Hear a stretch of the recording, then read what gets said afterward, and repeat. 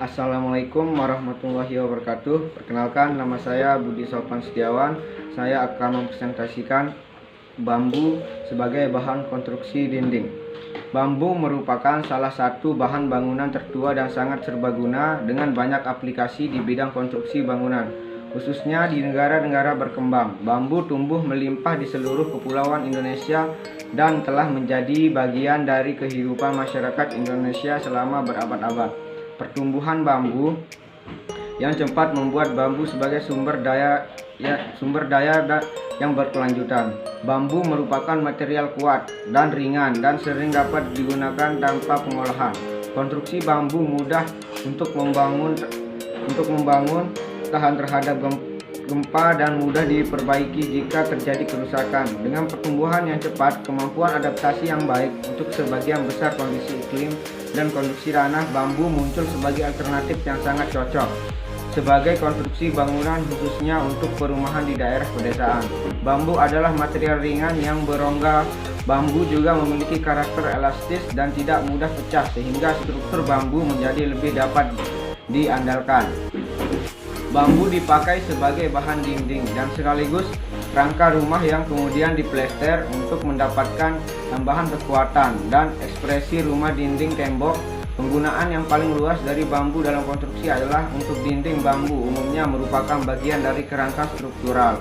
Dengan demikian, bambu harus mampu untuk menahan beban bangunan, baik berat sendiri maupun berat berguna, cuaca dan gempa bumi.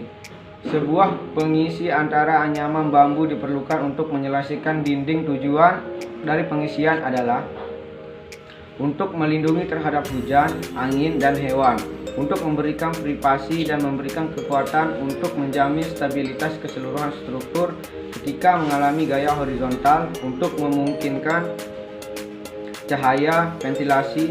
Dengan cara ini tentunya akan mengurangi penggunaan batu bata sehingga mengurangi penambangan tanah untuk pembuatan batu bata. Bambu ini juga dapat menghemat biaya penggunaan karena harganya yang murah menggantikan kayu. Keseluruhan dinding yang terdiri dari anyaman bambu dan rangka bambu ini akan diplester sehingga menghasilkan kekuatan yang lebih baik dan ekspresi seperti rumah. Konstruksi bambu plester ini dikembangkan dikarenakan untuk beberapa tujuan.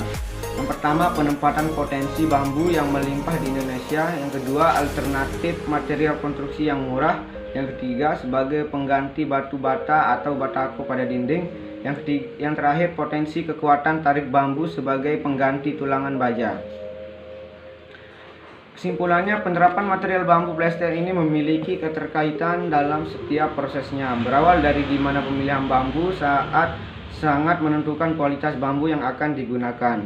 Pengawetan bambu yang dilakukan sebelum dijadikan sebagai material dinding bambu. Konstruksi dinding bambu semen merupakan salah satu alternatif konstruksi yang patut dikembangkan mengingat potensi bambu di Indonesia yang masih sangat besar sebagai alternatif pengganti bahan kayu batu bata atau batako. Sekian yang dapat saya presentasikan, kurang lebihnya mohon maaf. Assalamualaikum warahmatullahi wabarakatuh.